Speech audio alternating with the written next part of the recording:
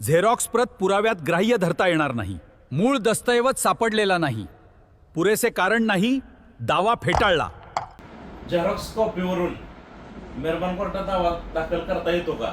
आणि जर झेरॉक्स कॉपीवरून दावा दाखल केलेला असेल तर झेरॉक्स कॉपी मेहरबान कोर्टात वाचली जाते का?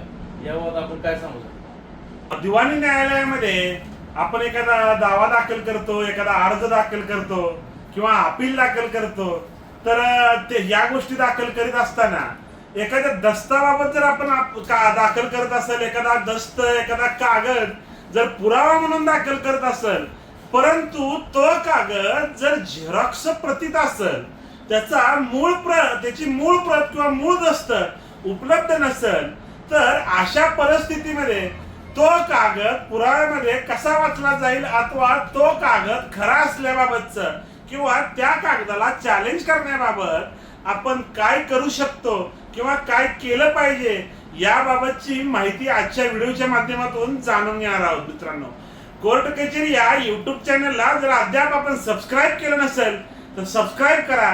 त्यासोबतच कोर्ट कचेरी ऑफिशियल इंस्टाग्राम व फेसबुक पेजला फॉलो जरूर करा.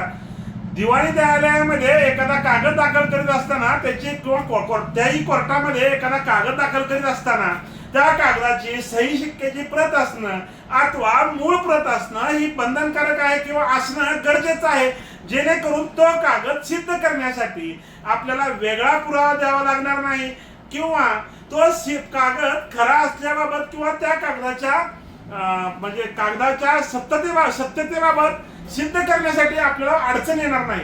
परंतु एखादा कागद आपल्याकडून हरवलाय, गहाळ झालाय किंवा तो कागद नष्ट झालाय, परंतु त्या कागदाची फक्त झेरॉक्स प्रत आपल्याकडे आहे आणि ती झेरॉक्स प्रत आपल्याला कोर्टात दाखल करून ती झेरॉक्स प्रत ही मूळ दस्तावरून झेरॉक्स काढलेली आहे, तो मूळ दस्त होता आणि त्याचीच ही प्रत आहे हे सिद्ध करावं लागेल.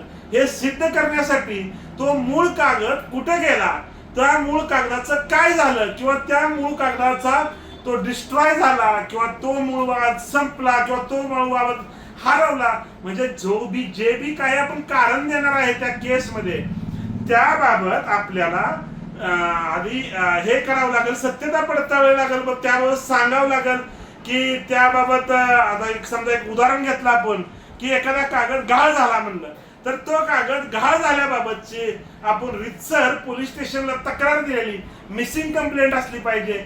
मग दुसरी गोष्ट अशी आहे की एखाद्याचं घर जळलंय आणि त्या घरामध्ये तो कागद जळलाय किंवा तो कागद नष्ट झालाय, तर तशी देखील आपल्याला फिर्याद असणं गरजेचं आहे.